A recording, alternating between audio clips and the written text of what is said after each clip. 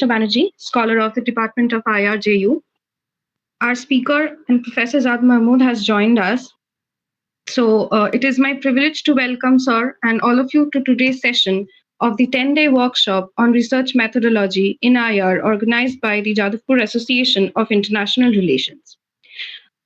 Our speaker for today is Dr. Zad Mahmood, who needs no introduction. Dr. Mahmood is an assistant professor at the Department of Political Science, Presidency University. He has also served at the Department of as a departmental lecturer at the South Asian Politics and Development, Oxford University.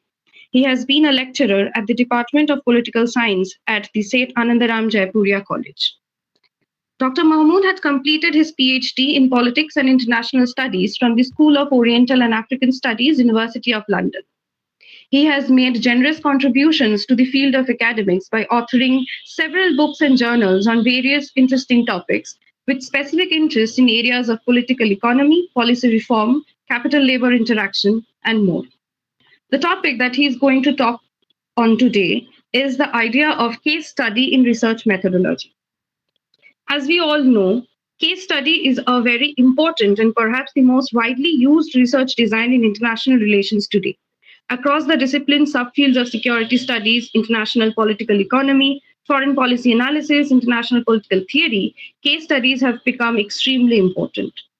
So without much further ado, I would welcome Dr. Mahmood and request him to take over the session from here onwards. Sir, please. Thank you, Ornisha. So, first of all, I would like to apologize for the delay.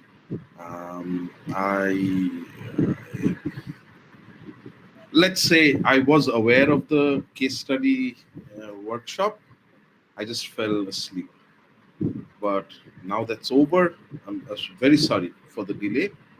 And as far as my lecture today, I would like to thank all of you, including Professor Shivashish Chatterjee, for inviting me. And thank you, Ornisha, for such a generous introduction. I'm not from the discipline of international relations. I largely work in political science, domestic politics, and political economy.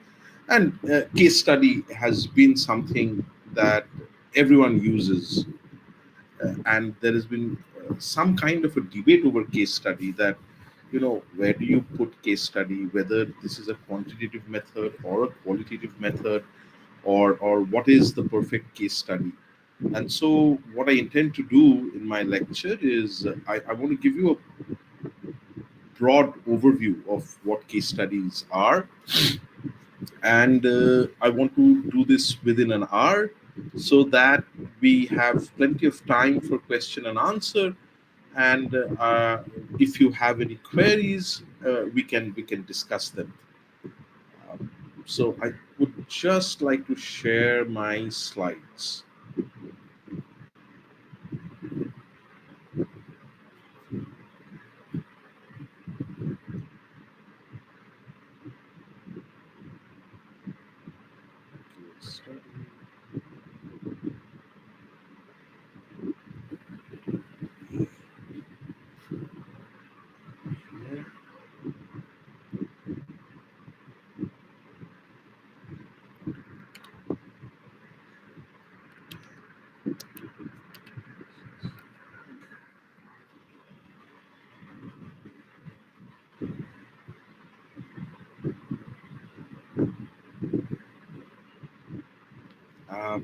I hope you can see the slide I shared just now.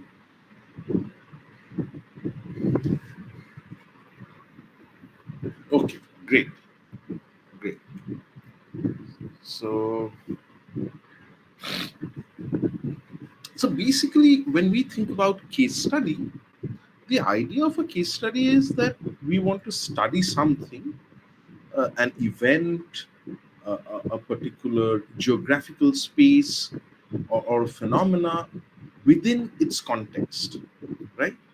And the reason why we want to study it in its context is that the context becomes very important.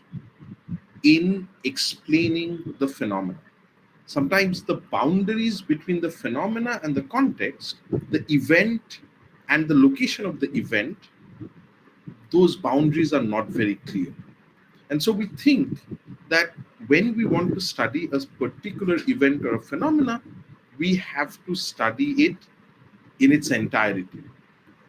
This is the basic logic of doing a case study. And if you think about it, then the idea is that think about a village. And if you think that the behavior, let's say the culture and behavior of the people of the village is something that you want to understand, and you realize that the culture or behavior of the people is associated with the topography of the village. What is the height, where is it, if it's a hilly village or not, the history of the village, what kind of historical experiences the village has undergone, the economy of the village. And so what you're trying to understand is that you understand that there is a particular phenomena that you are trying to understand. Let's say, why do people engage in certain kind of practices? But you realize those certain kind of practices are shaped by other factors, and those other factors can't be really distinguished, and everything has to be studied within a context, right? And that's why we do case studies. Generally, students, when they use case studies, they are thinking about a particular case, a particular location. uh, Often in IR, whatever I've seen, it's like a case study of India's intervention in say peacekeeping, or a case study of a particular country. But the logic behind doing a case study is that when we realize that there is it's a single space, and space could be geography, space could be history, space could be a particular phenomena. There is a single space, and we are trying to understand that single space from multiple directions, because that is necessary for our understanding. And this is the peculiar thing that you will find in all kinds of case studies, right? So you will find, look at this definition of case study by Yin, Robert Yin, a very influential, important person in doing a case study method. That the central tendency among all types of case study is that it tries to illuminate a decision or set of decisions, why they were taken, how they were implemented, with what results. As you know, and I'm sure your supervisors, your teachers often say that research actually involves 5 questions, right? Who, what, where, when, how. Like whenever we are trying to explain or understand something, we are trying to answer these 5 questions. And in that sense, uh, case study would try and do so, that we are trying to answer all of these questions in a particular location, because the location of time or geographical space is intrinsic to what we are trying to understand. Uh, so this is basically a case study. Now let's forget the theoretical definition. On the screen, you find 3 people. Uh, Everybody's aware of Charles Darwin. Uh, Frederick Laplace was a French historian, economist, sociologist, and Malinowski. You must be aware that Malinowski is considered one of those pioneers of ethnographic studies, right? Studied in Melanesia, lived with the tribes, and wrote a very deep, thick description of the tribal life. Now, just to make matters a little interactive, um, can I'm sure you know this, but uh, how did Darwin come about? his theory of evolution? From what experiences did he really think about the theory of evolution? Anyone? Please don't be shy. We are just like 10 people, so we can have a little bit of interaction.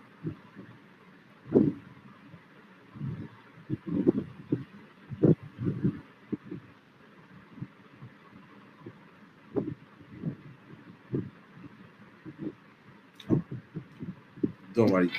Sir, whatever little I know, I think it's about the survival of the fittest. How did he find it? So he he Yeah. he he found he reached an island in the Pacific called the Galapagos Island, and there he found species of birds who were quite different. And he realized that, because this island was remote, there was no predator, no threat, the same birds had evolved differently. And then he looked at other animals.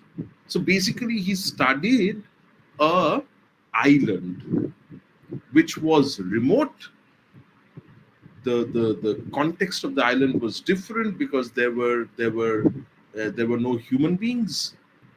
And he realized that animals that he found on those islands had evolved a little different from other areas. And this becomes the source of his thinking uh, about the theory of evolution. Laplace was a French economist, historian, sociologist. He was very anti the French Revolution, and what he did was he studied the family and what happened to families. And he was in favor of family values, and he realized that the revolution basically attacked Christian ethics and values, which was very bad. But what he studied was the family was his object of interest, French families. Malinowski studied the tribes in Melanesia, lived with them, and anybody who does ethnographic research, of course, there are many things which are today considered quite problematic in how Malinowski did research. But if anybody is doing ethnography, you will read Malinowski's because he writes a thick description. He's the one who's saying that, you have to be so familiar to the people that they should not consider you an outsider, and you will observe them, you will participate in their life, and that is how you will understand deeply what is happening. Now, why I presented these three pictures, of course, Darwin is from the natural sciences, absolutely, which believes in, let's say, one fundamental assumption of truth. Uh, Laplace is an economist, is from the social sciences, and in a sense, it's kind of social sciences economics. Believes in a kind of mixed method, largely quantitative, little bit qualitative research happens in social sciences. And Malinowski is from the anthropology and sociology, which is trying to understand the meanings of life, meanings of social practices. Much of the dominant method, not not everything, but the dominant method is qualitative. And I wanted to show you this, that all of them actually focused on a particular case to study. It could be a geographical island, it could be a tribe and their cultural practices, or it could be a unit like the family in France. So, what are the definitions of case study? Uh, I'm talking about three people. They are very influential when you think about case study, because they do case study quite. So one is Robert Wynne. Uh, he says that basically case study is when you have to do the empirical analysis, but the analysis, empirical inquiry, has to be in the context of the phenomenon, right? So if you're studying a village, you go to a village and you're studying certain kind of behavior, but you understand that the context of the village is important in explaining the certain behavior. And so in focuses on scope, processes, and methodological characteristics of case study. So case studies, what is the scope of the case study? Case study actually tries to explore processes, and then in also talks about some kinds of methods that are used in case study. We'll come to that in a little while. Stake is on the other hand argues that case study is what the importance of case study is the case and not the method. So case studies can be methodologically quite eclectic. You can use quantitative methods, qualitative methods, mixed method. You can use multiple methods, but the focus is on trying to understand the case. And so, according to Stake, case study is the study of particularity and complexity of a case within context. Merriam, 2009, basically points out something similar, that it's an in-depth description and analysis of a bounded system. So, what is the bounded system? Merriam argues that what we call the context is actually a bounded system, a system where we are trying to understand something. There are different parts. Remember David Easton's system theory, that there are a system consists of different parts which are interconnected, and a change in one part would lead to a change in the other. This is the broad definition of what a system is. And so Merriam is basically arguing that it's an in-depth description and analysis of a bounded system.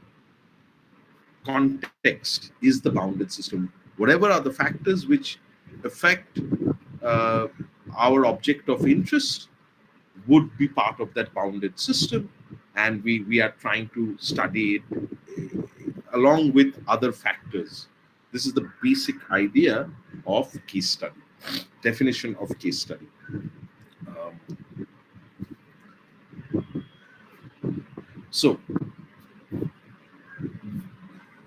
what are the characteristics of case study method? Um, so, let us be clear that case study is an in-depth analysis of a particular issue of interest, a phenomena or event, recognizing that in order to understand the event, we have to understand the context, right? We have to understand the context. If we are trying to say understand India and US relationship, uh, we know that India and US relationship can be explained in the context of uh, say Cold War, can be explained in the context of just could you just give me a second, please? Just give me a second.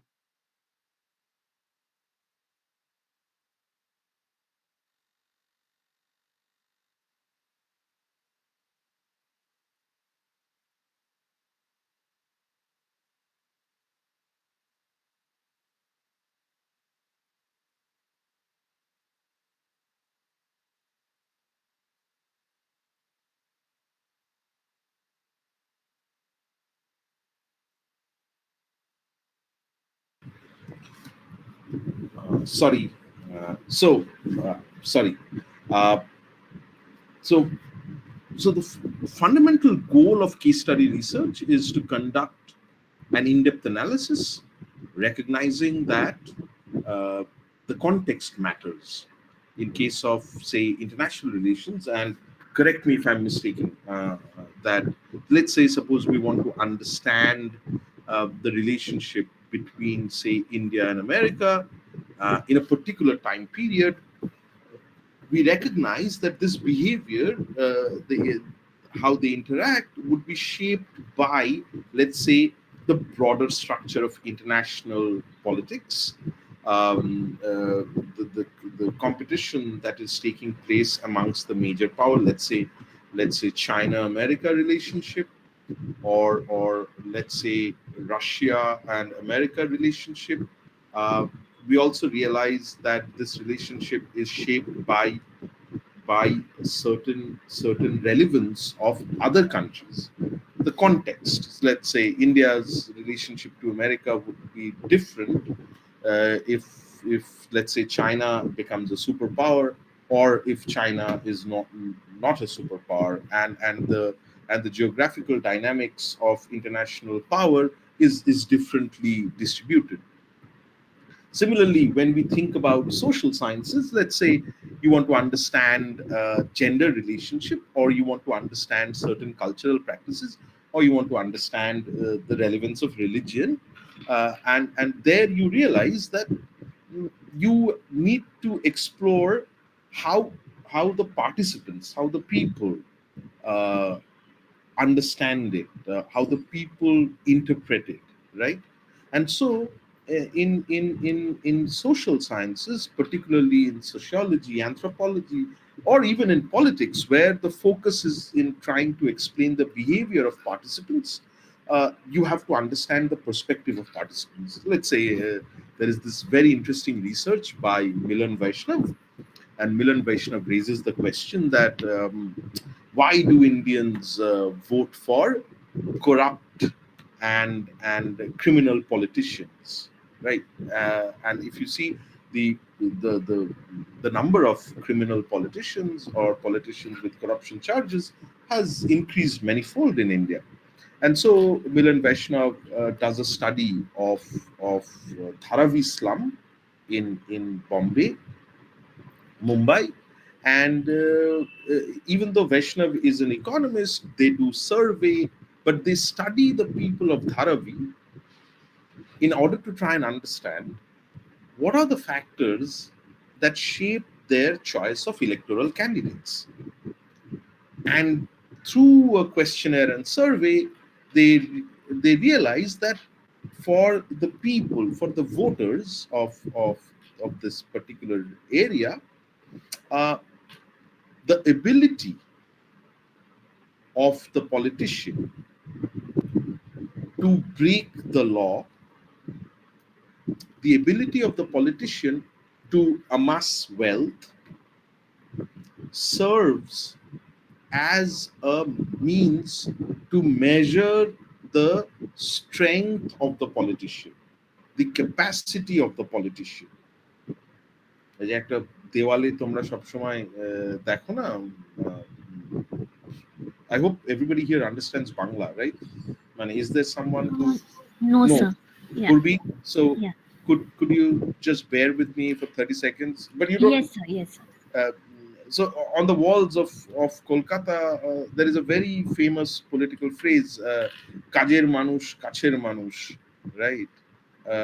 It's like a man, a leader, or a woman who's very efficient and very close to the people and very efficient and can get things done. Now, the point is, for the voters, Vaishnav argues that they don't have any means to really check the educational qualification, or whether the leader is efficient, or the leader would provide things, would be able to provide things. So, if the leader has the capacity to break the law, if the leader has the capacity to amass wealth, that shows that the leader is somewhat efficient.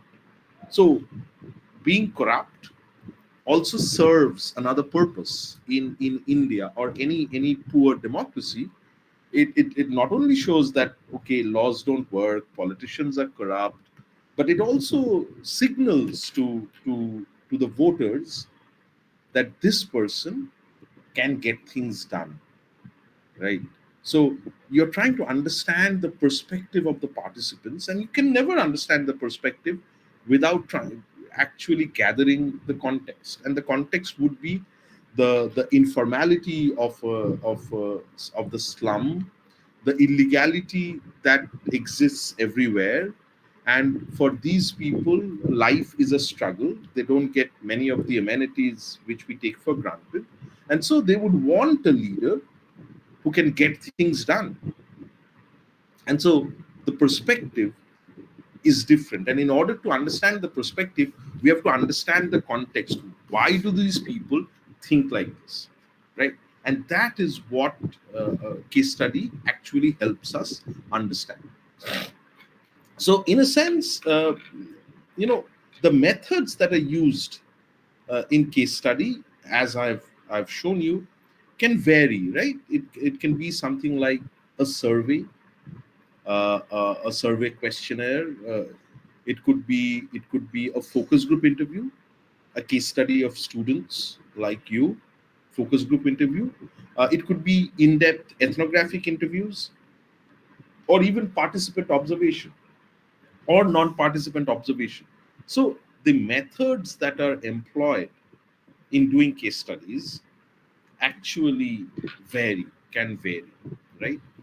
If you're trying to do case study, uh, the researcher is actually taking a reflexive position, which is like you're thinking about the interaction between your subject of interest and the context, right? You're always trying to think about and like say, why do people behave like this, or why are countries behaving like this?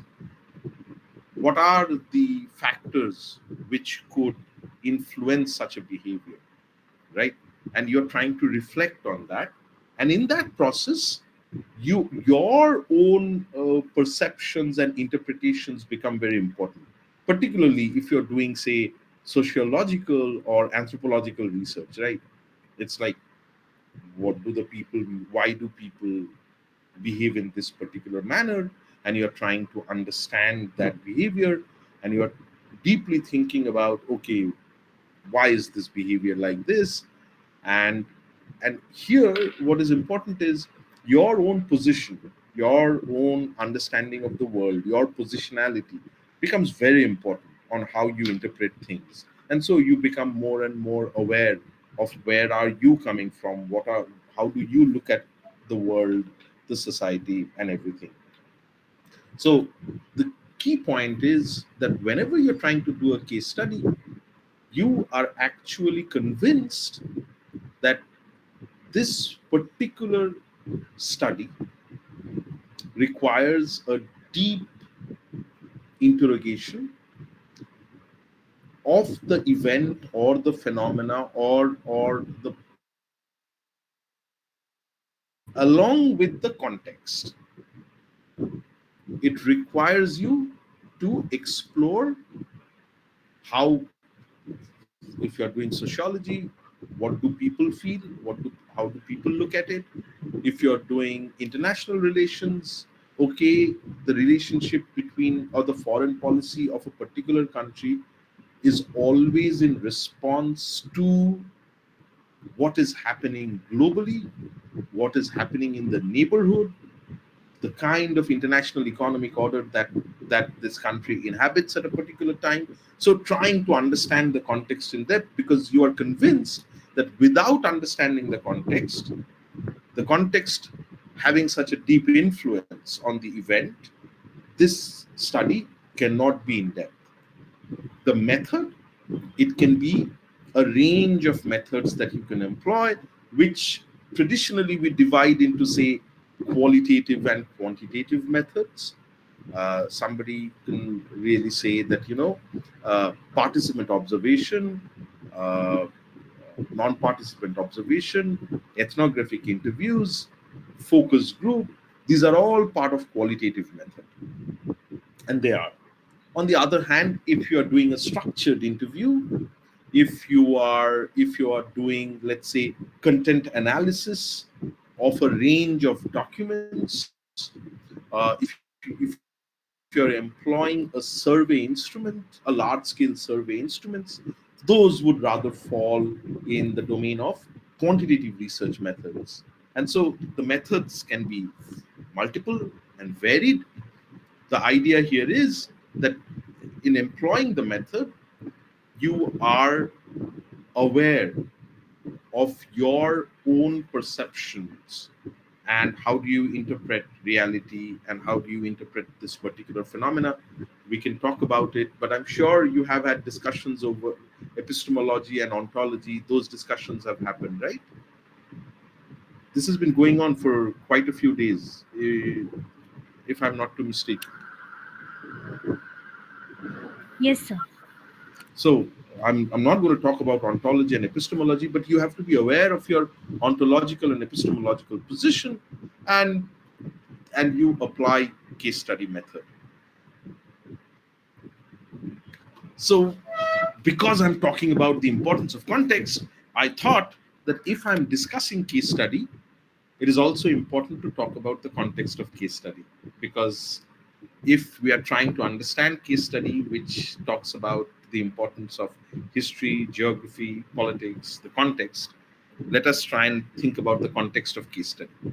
Now, as you know, uh, the the idea of case study, or the idea of studying a particular event and recording all the details of that particular event, has been there for as long as we know, right?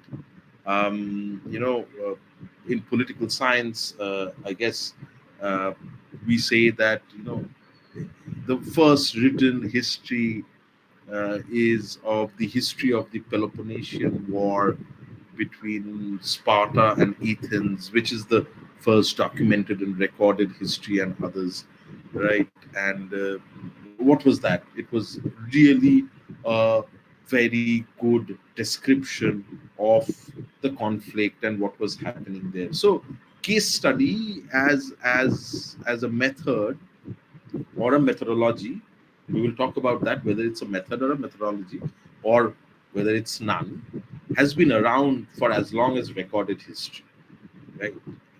We know about case studies, and anybody and everybody who did anything basically wrote about particular contexts or particular historical situations. Contemporary case studies, however, case study as a well defined method or methodology actually originates from qualitative methods, qualitative approaches, say anthropology, history, sociology. The idea is that if you're trying to study human behavior, if you're trying to explain cultures and meanings, if you're trying to explain why do people behave the way they do, be it religion, be it society, be it politics, you have to study the lives, the experiences, what kinds of meanings people attached in different social and cultural contexts, right? And so in order to understand all of this, why do people behave in a particular manner, what you have to study up in depth, you have to describe, you have to write about how do people behave, right? And this becomes a dominant method of qualitative research. I'm sure any of you have you ever come across any anthropological writing? Have you ever read any anthropological writing? Ethnography, I'm sure you have read ethnography. And in ethnography, vignettes uh, or thick descriptions are very important, because it is through the thick descriptions or the vignettes or stories, small stories about particular events, that you are trying to interpret the meaning. Uh, and that's how, say for example, students here uh, refer to their professors as sir or ma'am, right? And that is the dominant. And so you walk inside a classroom and you see that everybody stands up and then they greets the professor and do not call them by their name, and there is a certain general way of expressing reverence. uh, this does not operate in other cultural contexts, right? So the way you express reverence varies across cultures, across social contexts. In a different setting, you are calling your professor by their first name. You generally don't stand up if you see them, or and that does not affect the relationship between the students and the professors. So if we look at these two cross-sectional pictures, right, on how reverence or power between teachers and students are operate within the context of a classroom, we have to really think deeply. Like, I have to go up to you and ask you that okay, so what do you think is the position? And of course, we know all of this. There is so much debate on this in Indian culture and in Indian and society and in Indian pedagogy. The teacher is high, has been historically, culturally, has been held in very high regard. uh, Guru is considered like the parents. In Western epistemological developments, this position had been challenged long time back. And so the idea is that my allegiance is not to my teacher, but my allegiance is to the truth. And these kinds of ideas actually then start to affect our behavior and how we interact. And it has also wider connotation. Think about the issue of discipline, think about the issue of how do you express reverence, think about the issue of how do you talk to your elders. And there are, if we try and explain just the if we just study uh, the interaction between students and faculties across universities, say in the Western context and in the context of India, if we are doing a comparative case study, we realize that in order to explain this, we have to go so much deeper. It can't be just the study of the phenomena, but it has to be study about culture. It has to be a study about society. It has to be everybody. We can talk to people and ask them that, you know, uh, why, what is this? Like, if I ask you, uh, all of you are, I believe, research students, PhD students at the Department of IR. Is that correct? No, sir, I'm in UG. Also, there are UG and PG and all. Okay, so can we do a thought experiment? Adrija, can you volunteer, please? Right. Okay, okay. Okay. So Monday you go to the department. Who do you have a class with? The first class. Um, we have like governance. We have that class. Yeah. So who takes that class on UD, governance? ma'am. UD ma'am, Urvi. If I'm not Yes, mistaken, yes, yes. right? So you walk in and you say, "Good morning, Urvi." Yeah. Can you do that? Okay. Would you be uncomfortable saying that, "Good morning, Urvi"? Not Yes, talk. definitely. I'll be uncomfortable. Like she'll be shocked if I do that. And I'm sure your professor would also be shocked that what has happened to this girl who till yesterday was such reverential and well-meaning and respectful, and suddenly today is calling me by my first name, right? Now, for both of you, it would be a shock, because how you understand the way, like, we have ways of expressing respect, right? And this is culturally. Any of you senior PhD students, like for many years, has been doing PhD, or first or second year? Any of you? The first year. First year. Yes. I genuinely want somebody who's a smoker for my experience. Any of you smoker in the virtual classroom? Smoke cigarettes? Oh wow, the healthy generation. Nobody. But uh, once you become a little senior, I wanted to use this example because then many of the PhD scholars and their supervisors uh, share a cigarette and talk about things. So, so the point that I'm trying to make here is that if we are trying to explain behavior, if we are trying to explain human conduct, which is generally what much of the social sciences, let's say anthropology, sociology, is trying to do, studying the lives, the experiences, the social and cultural context, and trying to understand how do people interpret the world becomes very important. And so, if you're trying to understand power dynamics within the classroom or how the university is run, it's not enough that you study the faculties or the students, but you have to also think about wider culture. What do the people mean by reverence, by respect? Like faculties, what do they think their responsibilities? So it takes you a lot deeper, and you are trying to use narrations or descriptions, and this is firmly located in the domain of qualitative research method, modern case study. That's why many of the times you're going to hear people, there are a lot of videos, educational videos available today on YouTube or the MOOCs, and many of the times you will hear people talking about case study as a qualitative, is a part of the qualitative research method. Actually, that is correct, but case study can also be used in quantitative research method, and which I will get to now.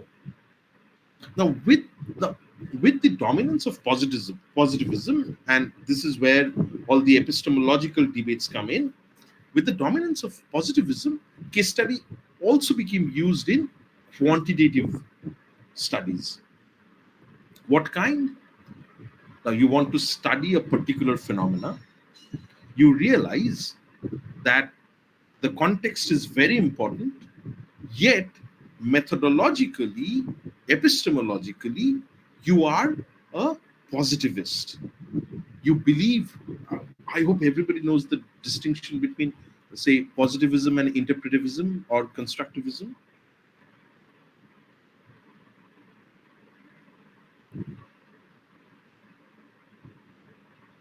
Um,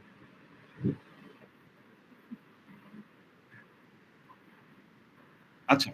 So the idea is very simple.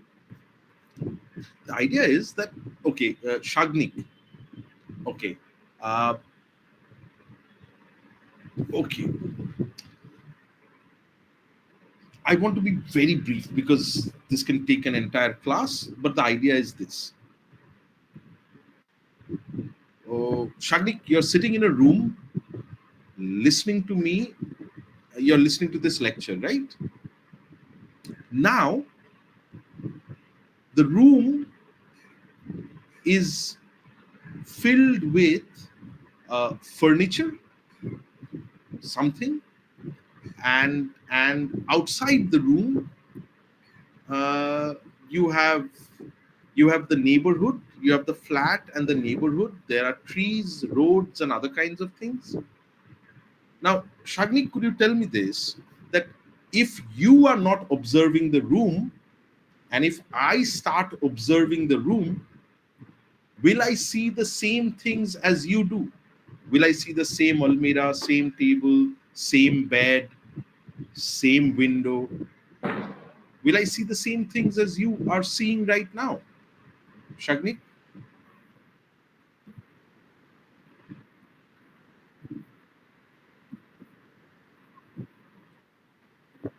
Correct. Now, let's say I get inside that room and I start observing the room. I will see whatever you are seeing. Is that Correct?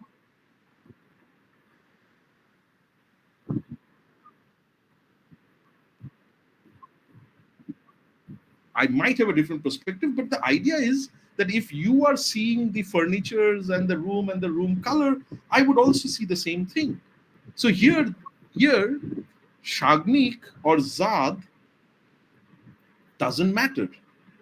The observer, it could be Shagnik or it could be Zad, will, once they observe the room, see the same thing.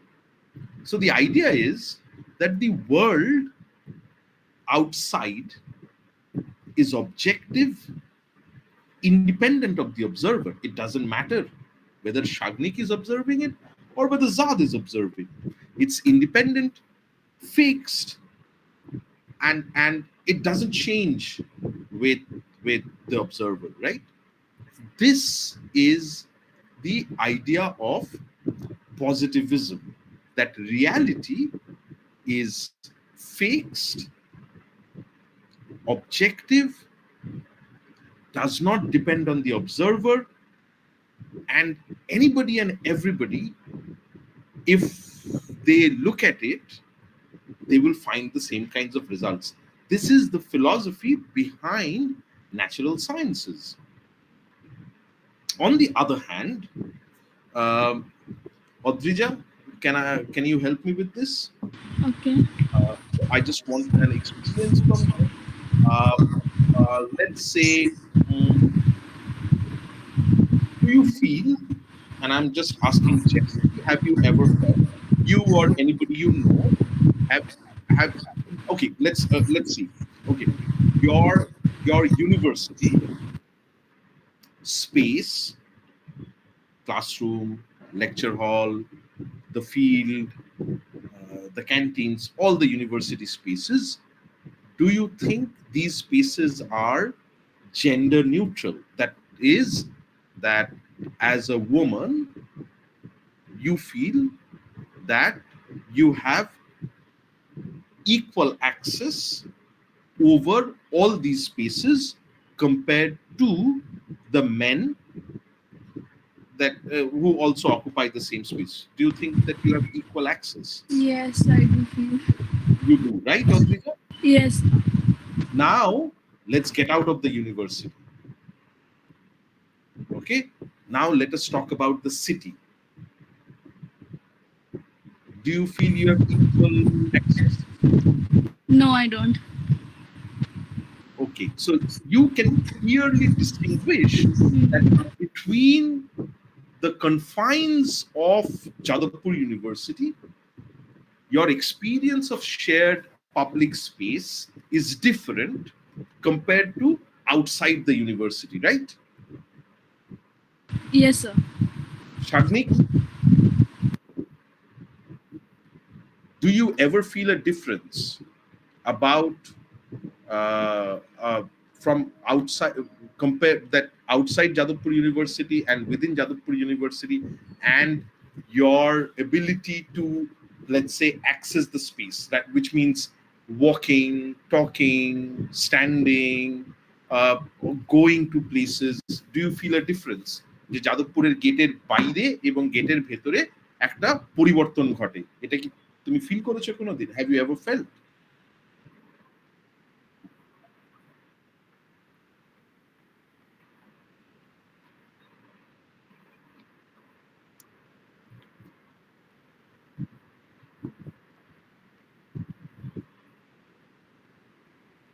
No, but I'm saying, let's say this group is a group of boys. তাহলেও কি এরকম feel করো?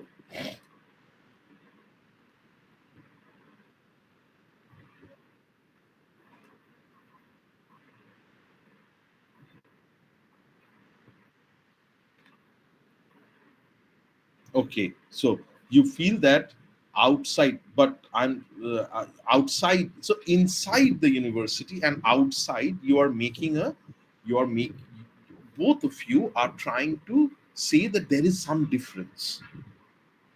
There is some difference inside and outside. And if we think about the difference, you have used words. Both of you have used words.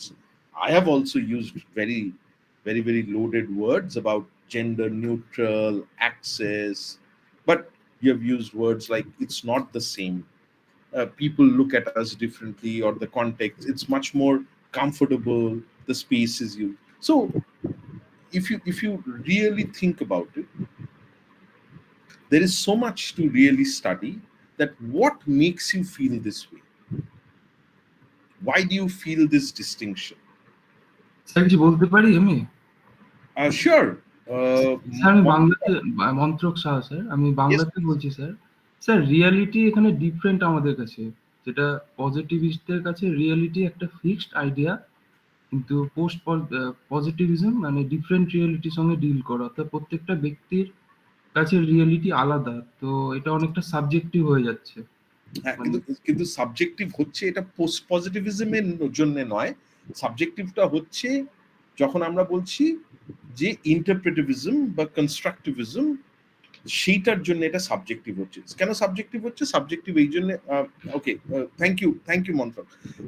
So reality is subjective because our knowledge, information, understanding of reality is mediated through the individual.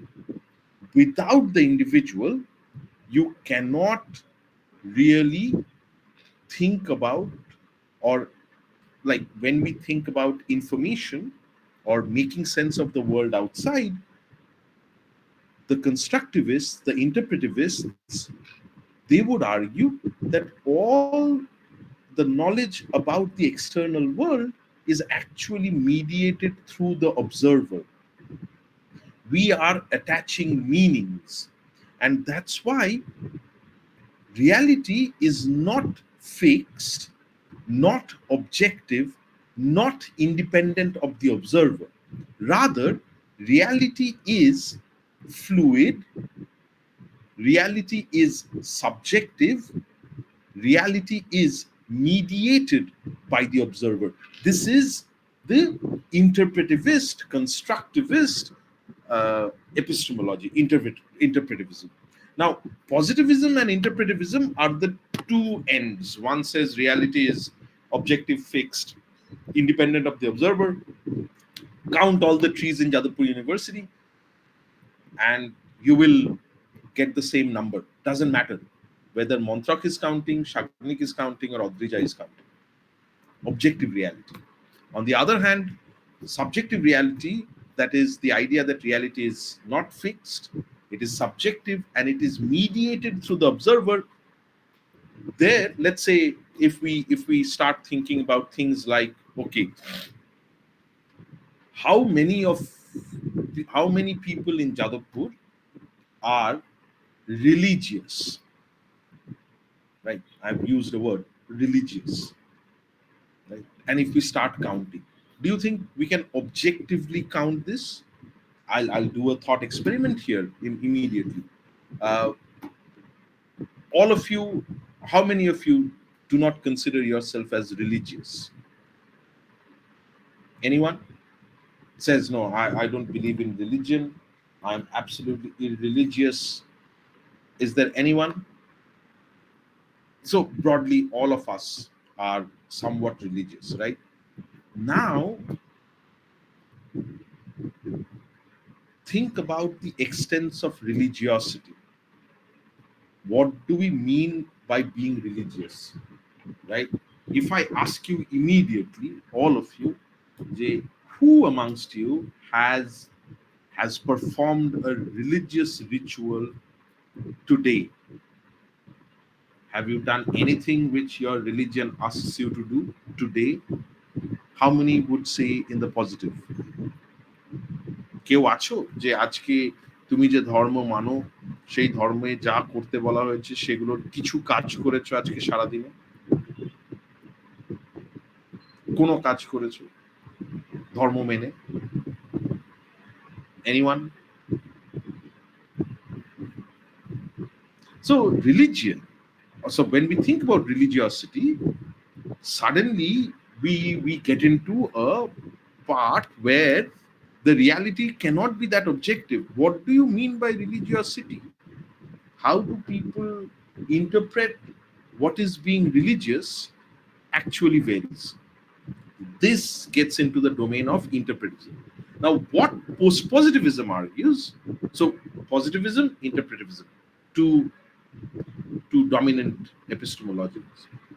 Post-positivism argues that actually, yes, reality is objective, independent of observer, but we should always remember that truth depends on a agreed definition. Let's say counting the number of trees in Jadavpur University. Before we start counting the number of trees in Jadavpur University, we must agree whether we are going to, what are the plants that we are going to consider as tree. Otherwise, there is grass, there is shrub. Whether we are going to count the shrubs or the grass as tree or not is the first question that we must answer. Because depending on that, our counting may vary. The number will vary significantly. So even if we can try and achieve some kind of objective, independent reality, that objective, independent reality is based on a certain consensus about reality. Say, for example, what is a tree?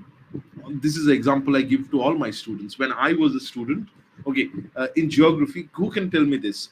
Whether Pluto is a planet or not? No, sir. Pluto is considered to be a dwarf planet by A the year dwarf 2000. planet, right? Yes, sir. Yes, sir. Now, when I was in school, we read Pluto was a planet. And of course, that was not false, what I read, because during that time, Pluto was considered the farthest planet in our solar system. However, the astronomers, the astrophysicists, over time came to a conclusion that the orbit of Pluto is angled. It's not on the same plane as the other planets. Number two, Pluto is covered with ice, and much of this ice would like Pluto has characteristics like a comet, right? If it were any closer to the sun, the ice would melt, and the ice would melt and leave a trail, and that trail would make Pluto behave like a comet, because a comet has a trail behind it. It's a moving piece of rock through the space. And so they all agreed that Pluto was not a planet. And now we have come to this agreed definition that Pluto is a dwarf planet. It is not a full planet. Pluto is a dwarf planet.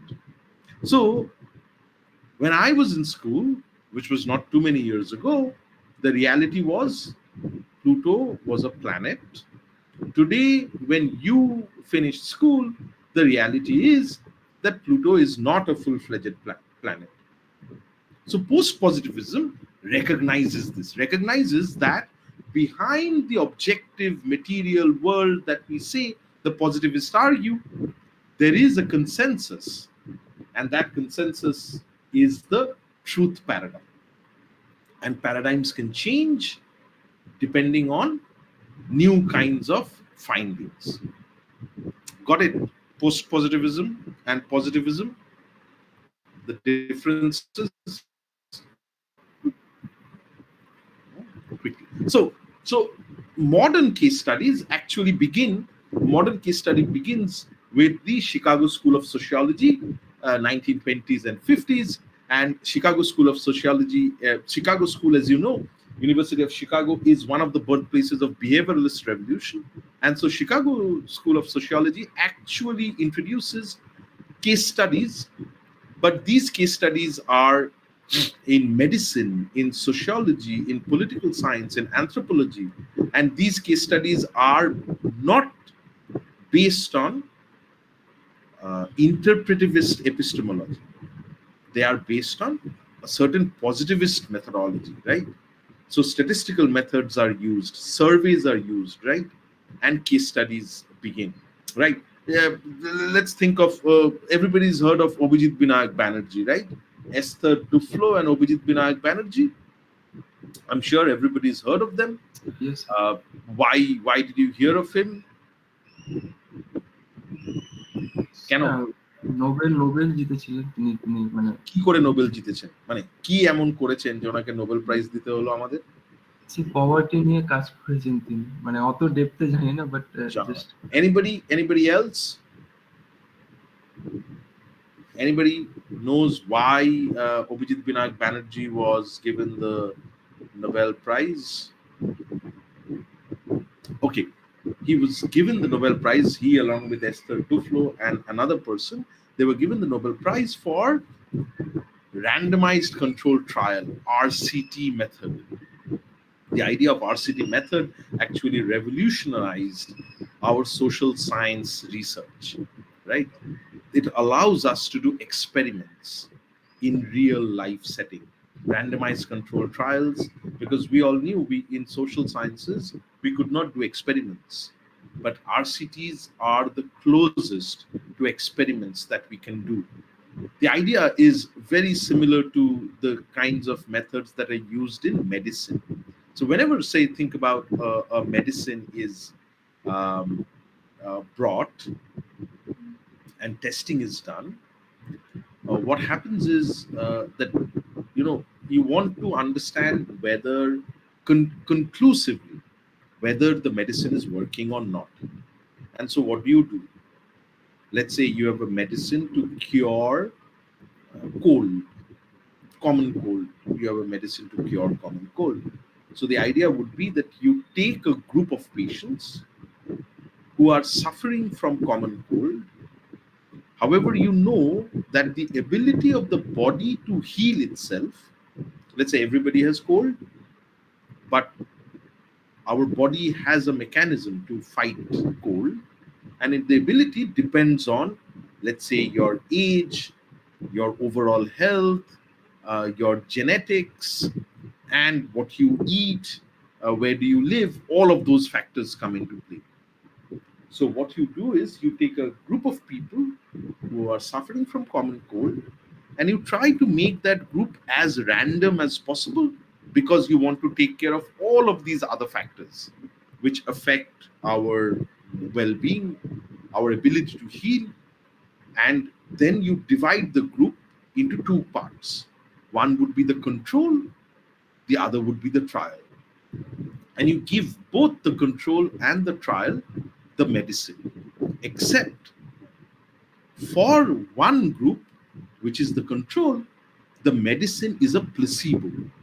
It would look like the medicine, but it would have no medicinal property, made of sugar or salt. That's it. For the other group, you give the medicine and then you record. And if the medicine is working, if the medicine is effective, the expectation is that people who were given the medicine would be cured in a shorter span of time compared to the group which was given the placebo. And if we can statistically find that this group was cured, say, after taking medicine within 2 days or 48 hours, while the group which did not take the medicine, which in all other counts was same as the other group, actually suffered for 7 days, we can say the medicine was working. So this is how experiments can happen, lab experiments happening in natural sciences. RCTs allow us to do the same thing in a real life setting for social sciences. So many of the things that Abhijit Binayak Banerjee, Duflo have done is that they have gone to villages, same villages in all respects, in terms of poverty, literacy, overall context. And in one village, they have introduced a treatment. Let's say they have given uh, mosquito nets, moshari. They have just given mosquito nets to families in one village and not to another village, which are similar in all respects. And then they find that the villagers who used mosquito nets uh, fell less ill,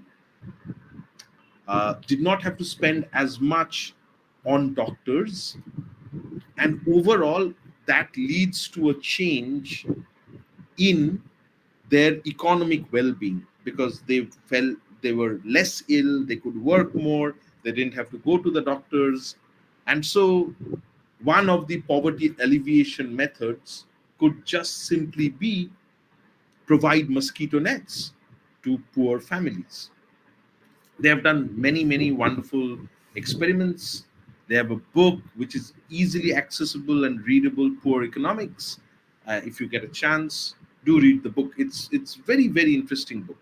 So antecedents of modern case studies come from Chicago School, and it is used in anthropology, medicine, sociology, political science. Case studies actually gain much more ground with the advent of grounded theory methodology. Now, what is grounded theory methodology? Basically, grounded theory is part of this entire framework where you are doing inductive research, right? You go to a field, you observe the field, you study it in depth, and based on your experiences, you then start comparing, right? So, grounded theory methodology basically merges qualitative field study with quantitative method, which is often called mixed method research. And we have many things which have emerged from this: process tracing, study of institutional practices, right? Qualitative comparison. I will get to them one by one. Let's say contemporary case studies. What kind of things that we do with case studies? uh, you know Everybody does case studies, and people call it as a very effective methodology to understand complex issues in the real world setting, in the context. In case studies, people are using different kinds of methodological approaches, right? Within a case study, people may be using interviews, or people may be using surveys. Uh, when you are doing some kind of case study, you probably look at documents, historical records, and those kinds of things. So what I'm trying to say here is that various kinds of ontological and epistemological orientations are accommodated within case study, and it's a very pragmatic, very flexible approach, right? uh, Many people use it differently. The definitions change and the purposes change. So case study in that sense is very useful. It is being used by, when something is used by everyone, when people can approach it from their own vantage point and understanding, it's become very useful in that sense, case study research. So what is the epistemology of case study? Actually, case study is quite agnostic in its approach. As I elaborated to you, there is no fixed ontological, epistemological, or methodological position, right? Case study can be realist, positivist, relativist, interpretivist. It can be a combination of different methods, right? Case studies can be exploratory, or they can be explanatory, they can be descriptive, they can be interpretive. So case studies are used across spectrum. Now, why do I mention this? Because when you next time when you use the word that I want to do a case study, you please kindly think about what is your epistemological position, right? Why are you doing the case study? Is it Will it be a descriptive case study, or from the case study you want to explain certain things? Does the case study involve an interpretative approach? That is, you are a constructivist, a relativist in your research perspective, or is it explanative, whereby you are actually post positivist or positivist in your epistemological position? So, case study can accommodate multiple things, and you have to be aware about the epistemology, the methods that you are going to use while doing a case study. So I'm going to talk about three approaches to case study, and these three approaches to case study are the dominant approaches, and they span the spectrum that I was talking about, so that you become more aware of what can we do. Let's think about Yin 2014, right? Yin is a realist post-positivist, right? So what does, if you're a post-positivist, what do you believe? You believe in the ideals that the world is objective, and you believe in generalizing your finding. That if you have found something from one case study or a group of case studies, your goal is to apply and come up with a general understanding which would apply to all other cases with similar features. That is your goal. You want to generalize because you believe that there is some kind of objective reality. However, because you're a post positivist, or you believe that measurements are imperfect, right? You are trying to be objective, but that objectivity is not a unity. There are objectivities. Your attempt is to become objective, your attempt is to become independent of the observer, but you realize that measurements, definitions, these are based on a certain consensus, and that realization is there. And so when you're doing a case study, you are using different methods, but you employ multiple methods for triangulation. What is triangulation? That you are gathering information about the phenomena from multiple different sources so as to confirm and corroborate. This is triangulation, right? Why you're trying to triangulate? Because you want to gather as authentic as possible the information. So Yin is a post-positivist case study researcher, employs case study, and so uh, and when you're using a post-positive approach, I have used in my PhD, the idea is that you are using the case to think about a certain accepted understanding or theory. So you're generally deductive in your orientation. What you do is that, okay, there are rival explanations for a particular phenomena. These are my hypotheses.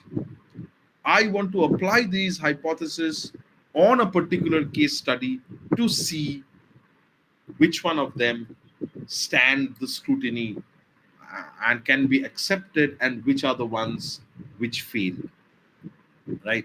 And in a sense, what you're trying to do in a post positive approach is that you want to minimize your subjectivity, and you are choosing cases which help you test a theory or understand a certain phenomenon. So the case is not driving the research. What is driving the research is your quest to understand a certain phenomena, a certain relationship. You know that there are many contending interpretations for this, and you are now trying to check on the basis of a particular case which one seems to be more valid. Is it clear to everyone that what I'm trying to say? Let's say realism is the, pardon if my IR examples are not very great. Let's say uh, countries are not driven by liberal positions. All countries are essentially realist. Suppose you want to test this. In order to test this, you take case studies.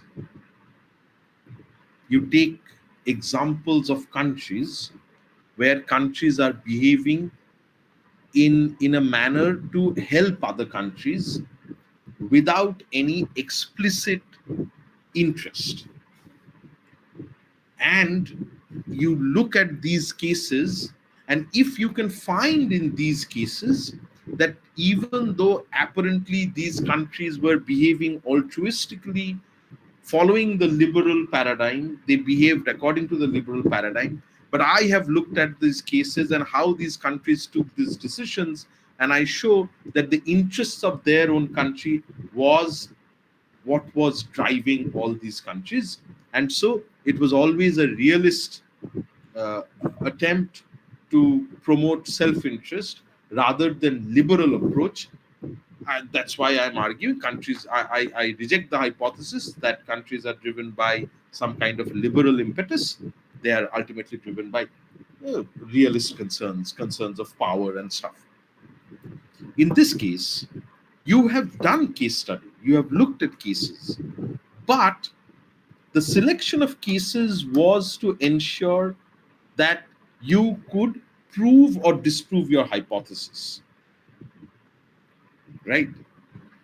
So you are choosing cases, but you are driven much more by the deductive method of research, whereby you want to prove or disprove something, and you have created a research design where you have chosen multiple case studies to apply your theoretical understanding and check them against the empirical reality of the cases.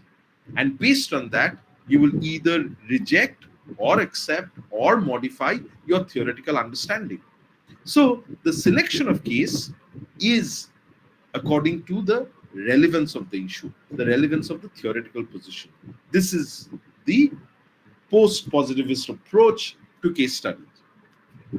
As opposed to this post positivist approach, you know, Merriam is a pragmatic constructivist, right? A pragmatic constructivist. Merriam, a pragmatic constructivist would believe that, you know, they would argue that reality is constructed intersubjectively, that it is our interaction and how we accept and how we create social meanings. That is how reality is constructed. But they also believe that, you know, it is not so subjective that we cannot have a common definition of reality, right? So based on our created meaning, we can interpret, we can manage information, we can convey our ideas, even though all of these ideas, information are created intersubjectively by people, by the observer through their interactions. Even though reality is like this, we can convey, share, manage information which is created intersubjectively. And the case study method then focuses on providing a rich, detailed description, right? Uh, so a pragmatic constructivist like Merriam, even though she is not a positivist, she believes that constructivism is how reality is constructed. However, we call her pragmatic because she believes that within the discipline, within the domain of knowledge and research, we can use both quantitative and qualitative methods. Uh, we There is scope to apply some quantitative method. The aim is to provide as detailed, as rich, as thick a description of the case as possible. So the idea is, think about a case study, of foreign policy of a country like India. When you're trying to study India, and think about the best book, or you can't have the best book, but think about the books that everybody swears by, and think about those books and how detailed, well researched, thorough those books are. And those books basically provide you a deep understanding about how policies were taken, which policies were adopted, in what context, what was the role of the leader, geographical geopolitics, what were the structural limitations, all of that. Against this, we have a absolutely relativist, constructivist, interpretivist case study position, right? And this is reflected by Stake, right? So the relativist, constructivist position is that, we have to discover the meanings. We have to discover the meanings. People construct their own meanings and their own experiences. And so we have to understand the meanings and experiences of people, right? And so the researcher's role is to interpret the meanings. The researcher's role is to read into the practices and try and understand those practices. Think about the example I said, like how do we express reverence, and how do we express the dynamics of say, what are the kinds of power hierarchies that operate within the classroom, and how do we express or expect reverence, right? And that kind of so the idea of relativist position is that reality is subjective, multiple, it's based on meanings and understanding. And so if we believe that meanings, interpretations are shaped by experience, if we believe that meanings and interpretations are a product of culture, time, history, all of these, then as a researcher, my goal would be to study deeply the context, the historical genesis, why, because we are trying to understand why do people behave the way they do. And in order to understand why the people behave they do, we have to understand what are the meanings people attach to those behavior. And in order to understand what are the meanings people attach to those behavior, we have to understand possibly their culture, their economy, their geography, all of that, right? And so, and not only that, because all of this is important, but reality is constructed through the observer.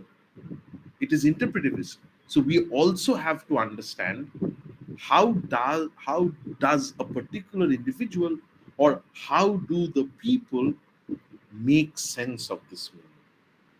And the way to do so is to have in-depth interviews, observations, behaviors, right? This is where participant observation, ethnographic interviews, non-participant observation, these are the methods which become very prominent, right? That's why you will find ethnographers, as I was telling you, that ethnographers prefer to write vignettes or thick descriptions to illustrate their argument, because The role of the researcher is to interpret and attribute meanings, and meanings to behaviors and actions of individuals, and talking to people and trying to gather why do people behave. Let's say all of you are sitting, you're listening to my lecture, your cameras are switched off. Why? Anyone? Nilanjan Odhikari?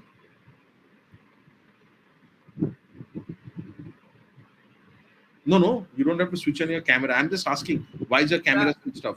Yes, sir. I think maybe like people generally prefer to have a much more comfortable setting in their home. That's why they prefer to not switch on the camera, because when we switch on the camera, there are certain perceptions that you have to present yourself in certain ways in front of the audience. True. So one could be, taking the cue from Nilanjan, one could be that there is a materiality to it. I'm in my house, whether I want to share what my house looks like, or I'm in a particular kind, I'm wearing a particular kinds of dress with disheveled hair. I'm very comfortable, whether I want to show myself in this position, which Nilanjan was talking about. But then it gets to another deeper level. So this is the materiality of the process. But then it goes to a much more deeper level. The deeper level is, what is a presentable self?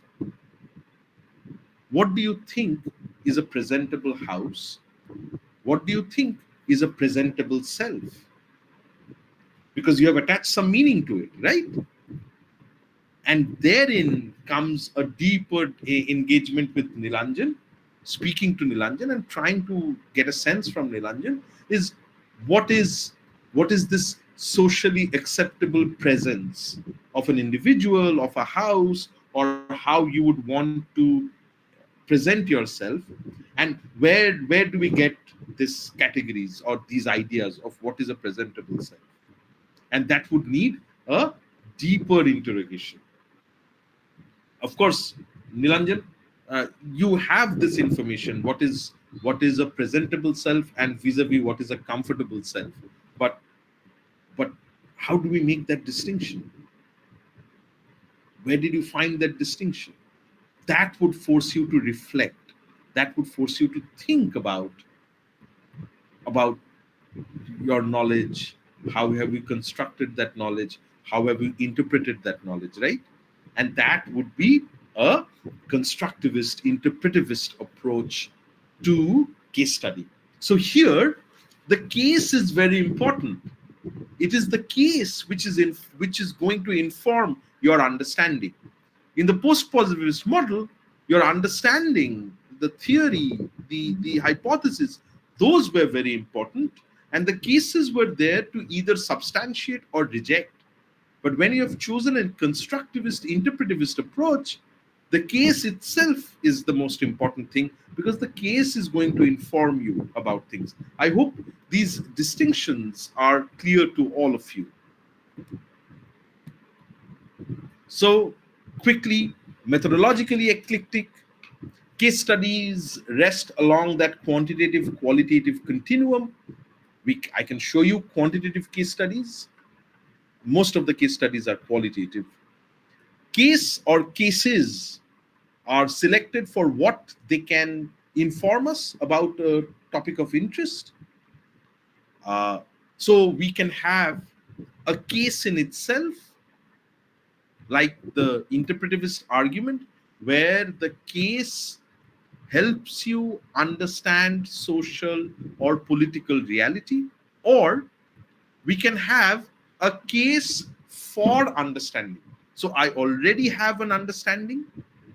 I am choosing cases to either corroborate or reject that understanding. So, case studies, and that is why we have different types of case studies, and different people have interpreted them differently. Say, for example, Eisenhard talks about three kinds of case studies: description, theory testing, theory generating. Like, these are the purposes of case study: to test theory, to generate theory, and to describe social reality. Yin categorizes case studies as exploratory, explanatory, and descriptive, right? So explanatory, exploratory, and descriptive. And of course, case studies can be methodologically eclectic, but there is a caveat here. If you're trying to mix qualitative and quantitative methods, you have to be very clear about your epistemological position. Do you think reality is independent of the observer, or do you think reality is constructed by the observer? That is fundamental. You have to think about what is your approach to reality, and then you have to think about your research design, because mixing quantitative and qualitative research methods, doing mixed method research, is really exciting because it allows you to do many things. But if not done properly, then it just completely breaks down. So you have to think about your research design. So in case you want to understand the difference between method and methodology, this is something I this is a on hindsight. This is a video which talks about research methods and methodology. There are a number of useful resources available on the internet. So a research method, a research method is the particular tool that is used for your research. So you want to use interview to collect your data. So interview becomes your research method. However, methodology applies to what is your approach to conducting this research. Methods are part of methodology, right? So this was a video about that. In case any of you have any questions, uh, so I would like to quickly finish now. And so, what are the features of case study? And we have been going on for more than an hour. When you want to comprehensively investigate a complex issue, so and you understand that context is very important. The boundary between the context and the issue, the object that you are studying, is unclear, right? Primarily, it is trying to help answer questions of exploratory or explanatory nature. And so basically, how does a process happen, why it happens, what are the factors that influences it, these kinds of questions inform case study. Case studies have a problem.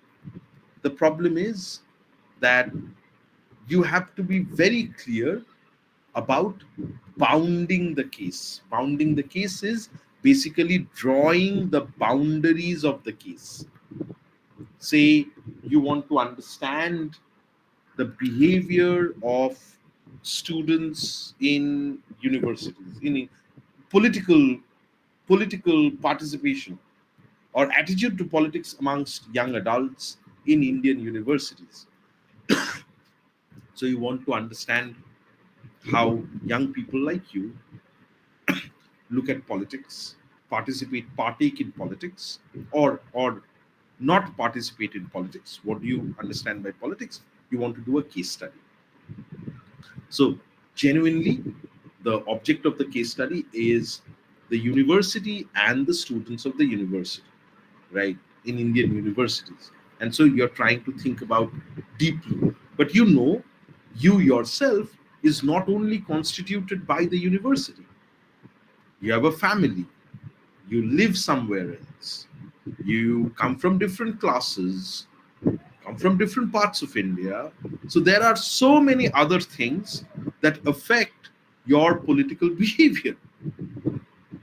Your gender comes in, your caste comes in, your religion comes in, all of these come. So all of this. So suddenly now we are faced with a situation where, in order to understand the political attitudes of young adults in Indian universities, is forcing me to go to different dimensions of religion, income, caste, education, parents' occupation, all of that.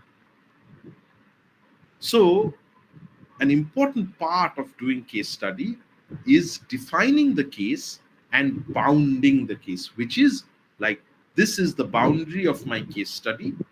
And I know that history does have a role, culture does have a role, but my case study would not venture into culture.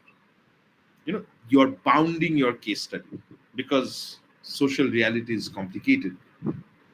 Case study allows you to use multiple methods of data collection, and it requires a careful planning, implementation, right? How do you want to do the case study? What is your epistemological position? What would be the research design? What are the kinds of research methods you're going to employ? All of those kinds of things. So here is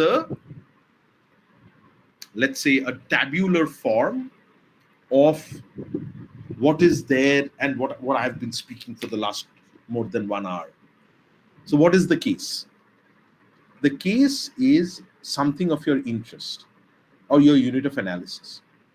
What could it be? It could be individuals, groups, certain social events, organization, phenomena, certain kinds of processes, a policy. All of these could be the cases. Whatever you're interested in, whatever you're interested in explaining becomes your case. So case is not confined to geographical location. Of course, geographical entity could be a case. Second, what is the context? The context is the pardon me, is the real life setting, like time, space, activity, all of those. What does the context include? Like, we know political context, economic context, social context, cultural context, different contexts. There are different things which affect the context. I teach at Presidency University. You are students of Jadavpur University. So if we think about the context of the universities, both are based in Kolkata, both are governed by rules of the state government, but given our differences in location, in history, in size, uh, the way these universities operate are similar, and then there are a lot of dissimilarities. So context. Now, and this is where the bounding issue comes in. So the context and the case are deeply embedded in each other. The case is embedded in the context. So you have to think about boundary, which is locating the case and distinguishing the context. So bounding or creating boundary basically means to manage the contextual variable. What is my object of interest? And these are all contextual factors. Boundaries help us demarcate. Then what do? You do an in-depth study. You do an intensive study of your case. And so in that intensive study, field work, where you go to the field, go to the case, try and study the case. If you're doing something subjective, you depend on interviews, speaking to people. You are more reflexive. One of the processes that people do in ethnography and anthropological research is they spend the whole day outside in the field talking to people, observing people. Then they go back home and then they start writing whatever they have observed, and then they reflect that why did people behave, why do people behave like this, or why did I see it like that, and all of that. If you are not a critical uh, constructivist or somebody like that, if you believe in positivism, you go to the field and you collect information. But you're trying to collect information from multiple sources of evidence. Why? Because you believe that in the principle of triangulation, if you're talking to someone and they give you some information about the case, you want to confirm, corroborate, because your position is that we can achieve some kind of objective truth, right? And so case studies can be a single case or could be multiple case. We can have comparative case studies. And methodologically it can be eclectic. It depends on what you want to do. And so people have used interviews, observation, focus groups, questionnaires, survey, randomized control trial, and you know and this is broadly whatever is there in case study. The very very purpose of case study in a tabular form. So we started off with the question of we want to do case study, so we are trying to end with what is a case study. And Creswell's definition is quite useful. Creswell says it's a methodology, a type of design in qualitative research, an object of study, and a product of inquiry. So if you read carefully into Creswell's definition, case study is an object of study as well as the product of an inquiry. It can be both. It is a methodology and it is a type of research design. So basically, Creswell touches upon the eclectic nature of case study, and that is why case studies are so popular. People use them because it's flexible, right? And so what you do in a case study is that case studies can be, as I was telling you, people have described various kinds of case studies. uh, there are many definitions of case studies. Say Yin is saying an embedded or holistic case study. Merriam talks about particularistic, heuristic, descriptive. Stake talks about intrinsic, instrumental, and collective. So these are various categories of case study. You can read them. I'm just going to talk about Stake, intrinsic, instrumental, and collective. So intrinsic, as I was telling you, is about trying to understand a specific situation.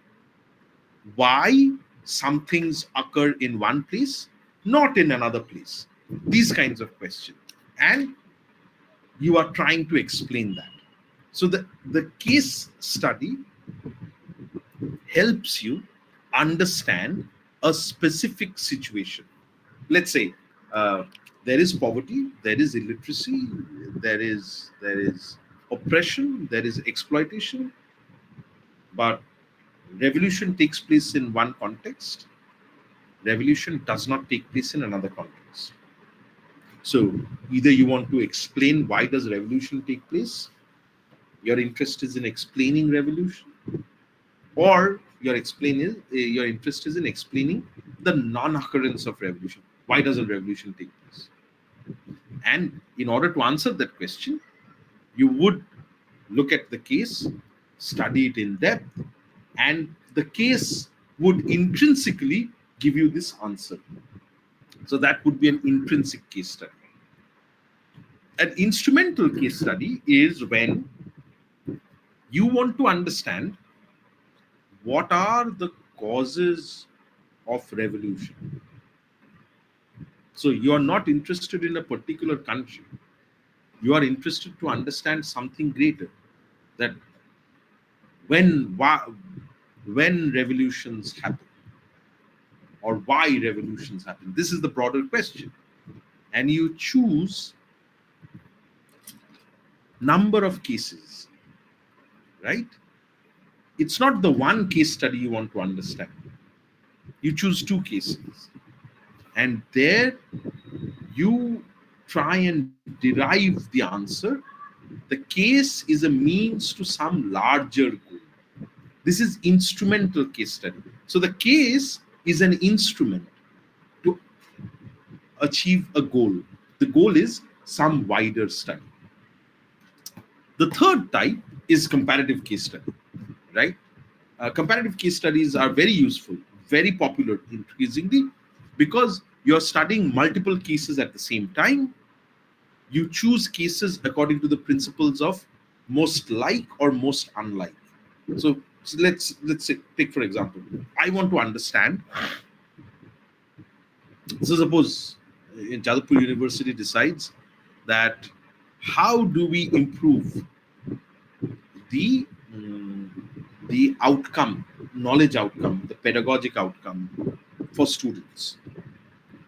So what do I do? Jadavpur University approaches me and tells me that design something for us, a research, so that we can find what should we do to improve the pedagogical outcomes for our students.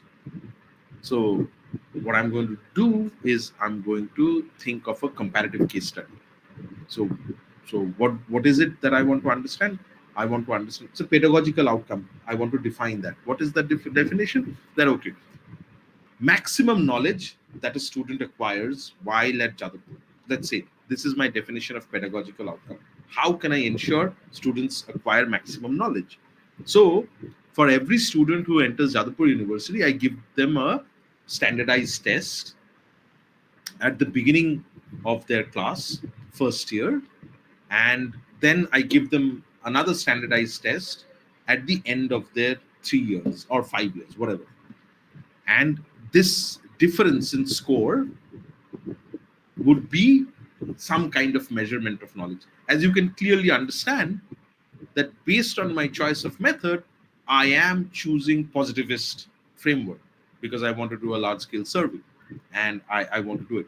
And based on that result, say suppose we do that results and I get students with different kinds of marks, I choose student who has scored the maximum. I choose student who has scored the minimum. I choose students who have done intermediately. And then I study these students or I study these groups of students. And there I'm using the comparative case study because what is similar to all of these students? They have got the same classroom lecture. That is similar. But what is dissimilar amongst these students could be n number of things. Could be their gender, could be their family background, could be their medium of instruction, could be the hours that they spend studying, right? All of those could be different. So I'm using a collective or comparative case study. I'm using multiple cases to find an answer, right? So quick, this is a book. This is out of my PhD. I am I'm talking about this book because I used a paired or comparative case study for my book. What was this book about? The book was about, so with globalization there is a debate that all countries must adopt market friendly policies because that is what the market demands. Some people argue that yes, there is a pressure, but that is not absolute. So there is a debate about that. Second, if the market becomes a deciding factor in policy making, if policies have to satisfy the conditions of the market, then what happens to politics? What happens to social groups who want to influence politics? And thirdly, that what happens to countries which are multi-level polity, federations, right? So there are three debates. I intervened in the three debates. I was driven by one question, that what happens to politics under globalization if the market becomes a dominant force, right? So I wanted to understand this. So this was my theoretical object of inquiry. I want to understand the role of politics. Now, I chose India as a case study. Why?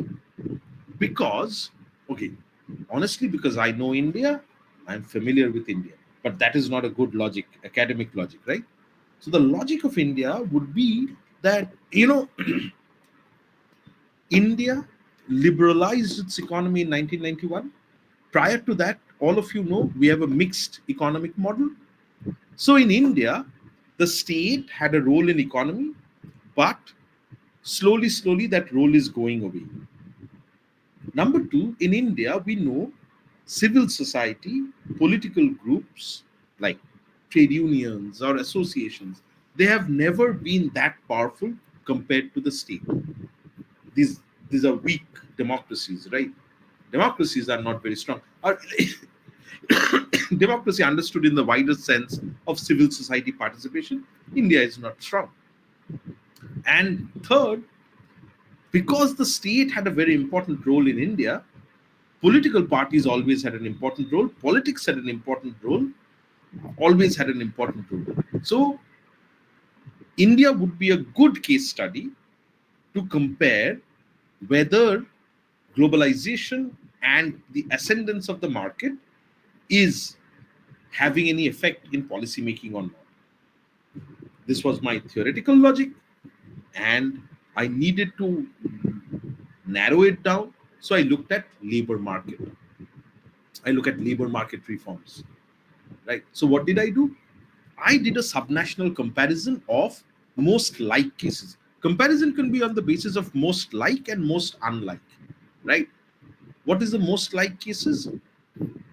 I took two states, Gujarat and Andhra Pradesh, which are considered very pro capital, very anti labor.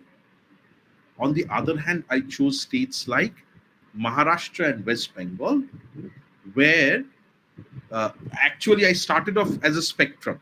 The spectrum was West Bengal, very pro labor. Apparently, people think about that. Very pro labor, left front government. Gujarat, very pro capital.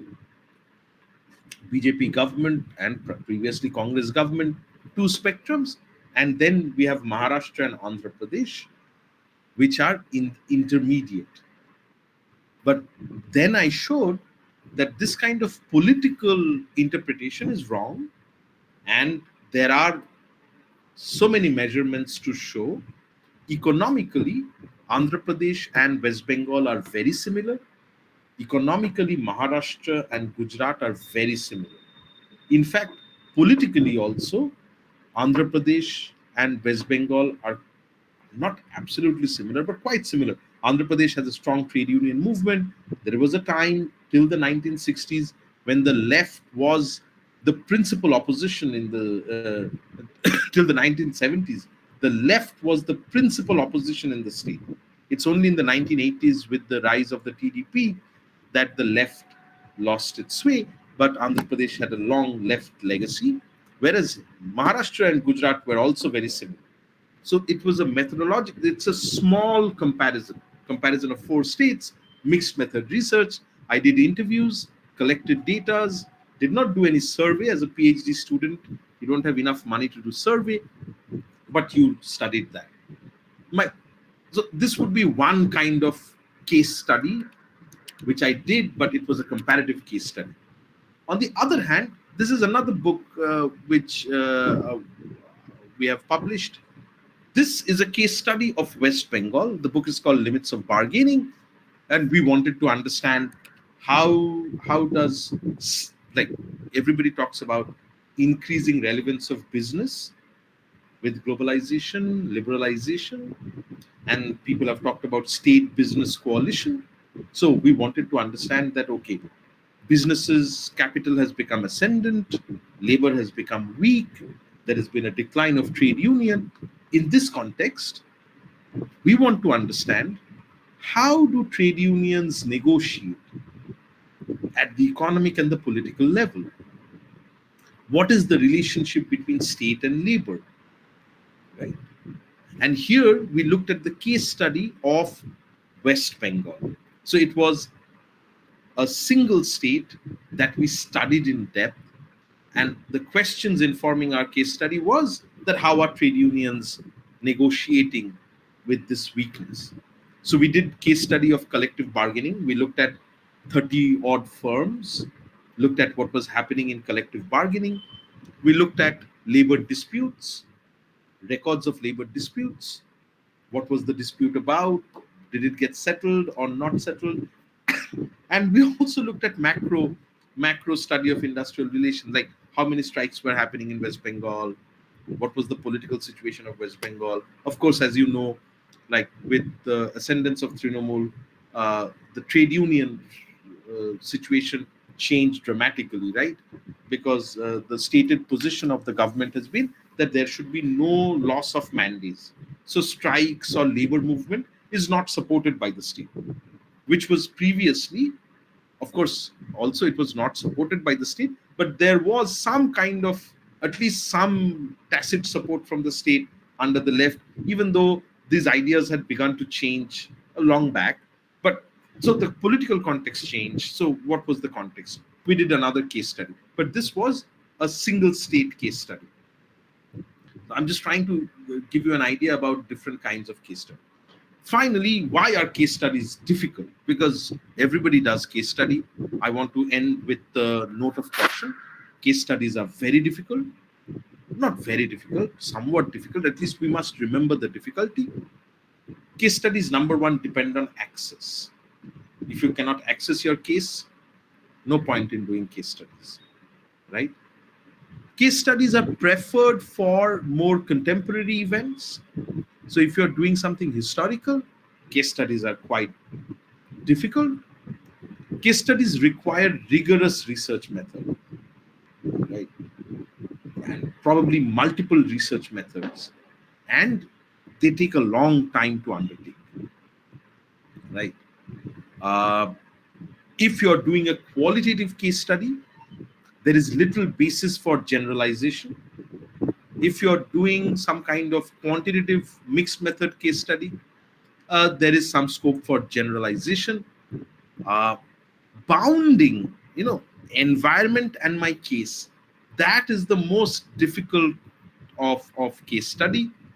And case study research is eclectic, and so sometimes you find students who have done case study, and yet uh, they have used methods which are epistemologically contradictory. Epistemologically contradictory in the sense that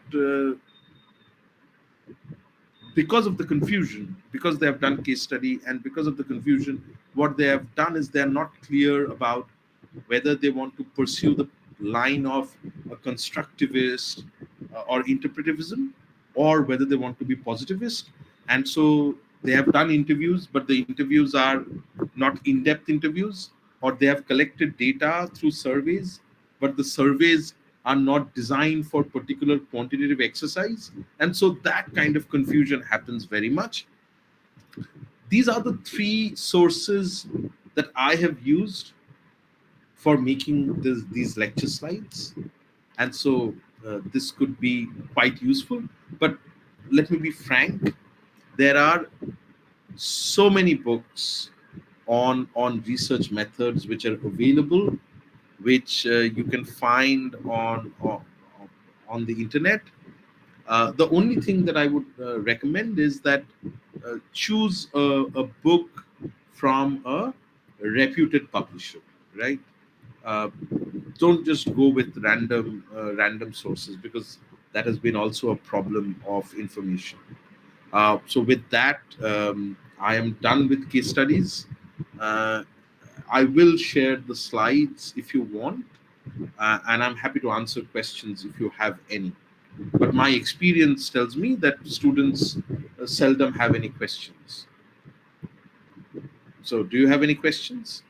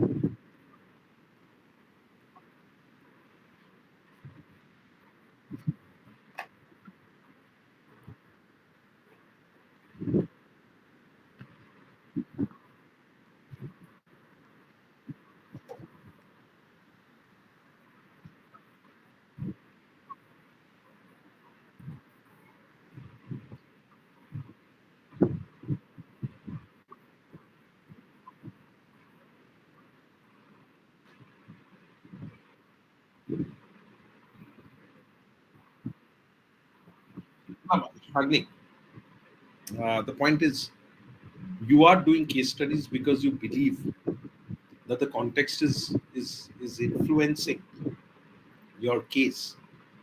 So, of course, context always has importance, and that is why you're doing case study. That is the very basis of case study. What is the bounding, the boundary making process? The boundary making process is that you have to distinguish between what are your contextual variables and what are the variables of your interest. Let me give you an example. Say, suppose, well, Shagnik, at which level are you studying, if you don't mind me asking?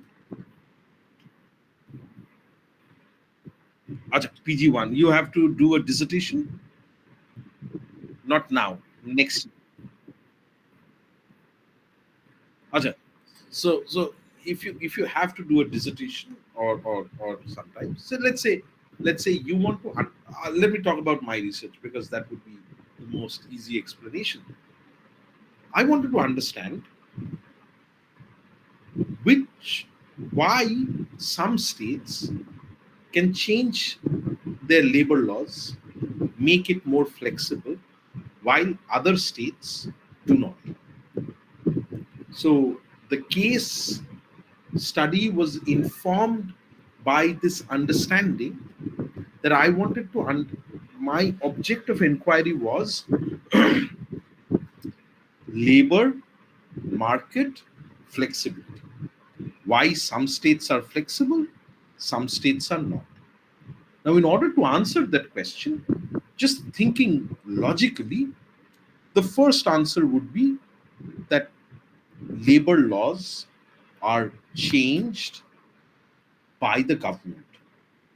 So we have to look at the nature of the government. And then governments are formed by political parties. So we have to, by logic, look at the government, look at the political parties. But governments or political parties behave according to certain ideology and according to some instrumental interest. Every party wants to win election. Every party wants to expand its support. They want to work according to their ideology, but they also want to win election. And many of the times we find there is a contradiction between party ideology and party practices. This contradiction emerges from the ideology and instrumental goal. So, okay, we have to understand political parties, we have to understand governments, we have to understand ideology of political party, and we have to understand the practices of political party. Now, practices of political parties depend on, say, in case of labor, depends on how much pressure that the trade union brings and how much pressure do the capitalists bring. Pressure in the sense of capitalists giving money to political party, trade unions mobilizing voters for political party. These are all very important for political parties. So now the strength of trade union to mobilize depends on its membership. The strength of capital to influence government depends on how much of the economy is controlled by the capitalists, how organized they are, and so on and so on. Shagnik, follow the trail of logic. All of them are interconnected. All of them are contextual factors. All of them need to be inquired into to answer my question. So context is always important. But how do I create boundary? The boundary is this, that my research is not about trying to understand how do capitalists influence the government. My research boundary is that my object of inquiry is that how could Andhra Pradesh change its labor law and make it more flexible? Why couldn't Maharashtra do it? This is so labor flexibility is my case. Labor flexibility in Maharashtra and Andhra Pradesh forms my comparative case study. But I'm gathering information about all of these contextual variables which I can theoretically think of, but I'm creating a boundary between the context and the case. Does that answer your question?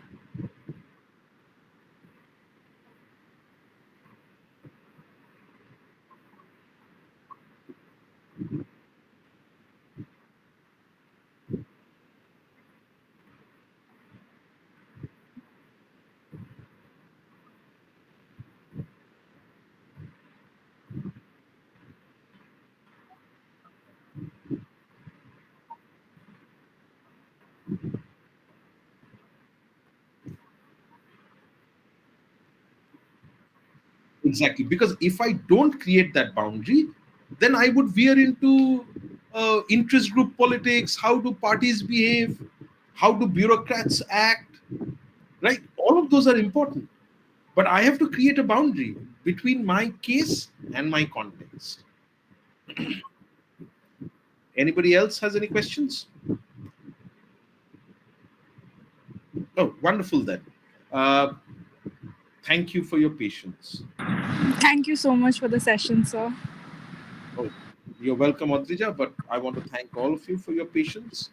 I know uh, online lectures and online classes are so difficult because you do not have the support or the help of an institutional setting, the classroom, other friends, and it's a difficult thing. I absolutely dislike it, but it's quite useful in a sense. Otherwise, I would have to travel to Jadavpur.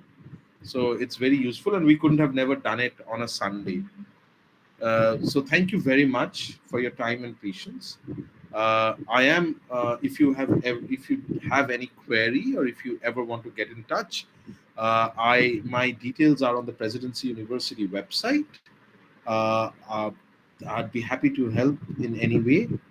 And if any of you want to get in touch with me about this case study lecture, I'm happy to share the slides with you. I don't know which email to send. I might send it to I don't know.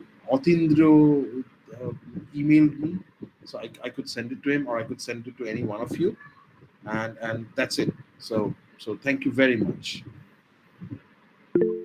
Yes, sir.